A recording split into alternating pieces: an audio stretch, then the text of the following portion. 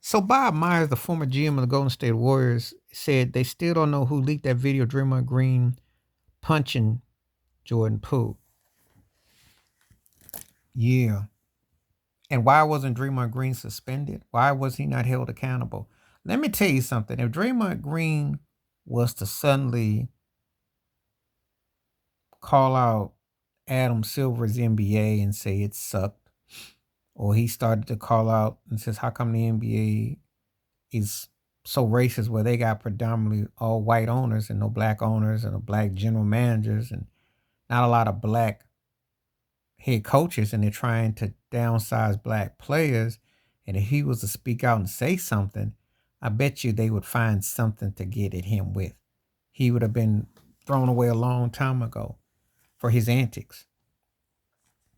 I think it was, I want to say, was it Xavier McDaniel?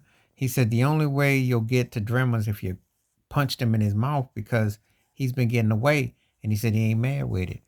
But this thing with Jordan Poole was so perplexing because, and I know Steve Kerr said it wasn't Steph to say anything.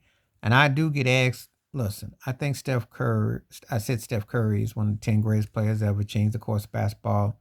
I hold him in high regard. However, the Draymond Green antics and what's been tolerated, I can't clap for that. And his lack of saying something, I have a problem with. I do. Just like Steve Kerr, I have a problem with it. Klay Thompson, too. I got a problem with all of them. I can respect your talent, what you've accomplished, and what have you, but you can't have someone thugging and bullying and he hits a grown man in the face and there is no repercussions. There is not a suspension. There's nothing. His anger management, he chokes out people and he bullies and goes on, but he does it to a teammate. And what provoked that? What gives him a right to keep putting hands on people? I have a problem with that. But someone who leaked that video knew what they were doing.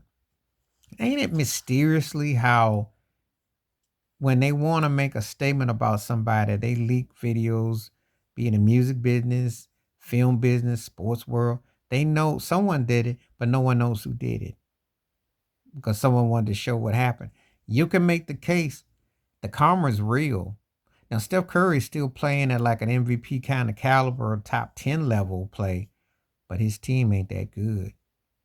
They're not that good. And the reality is, if it wasn't for that joke that's called a play-in tournament that Adam Silver concocted, they would have been not been in the playoffs.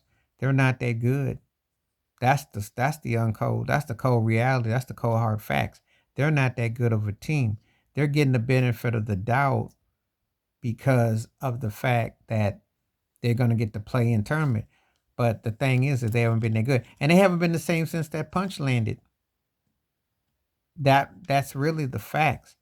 That punch hurt their season last year. I still think there's some carryover because you just don't get over a guy like Jordan Poole, who was supposedly seemed to be a good fit. Now, to the credit of him getting traded to Washington, he did fall off the rails. He went from a potentially good to maybe potentially interesting up tier player to just turn into I never was almost. He's went from Bumville to Scrubville. But that punch, no one came out ahead in it. And the sad part is nothing happened to Draymond Green, who did get in trouble this year and he's been suspended and he keeps getting thrown out of games.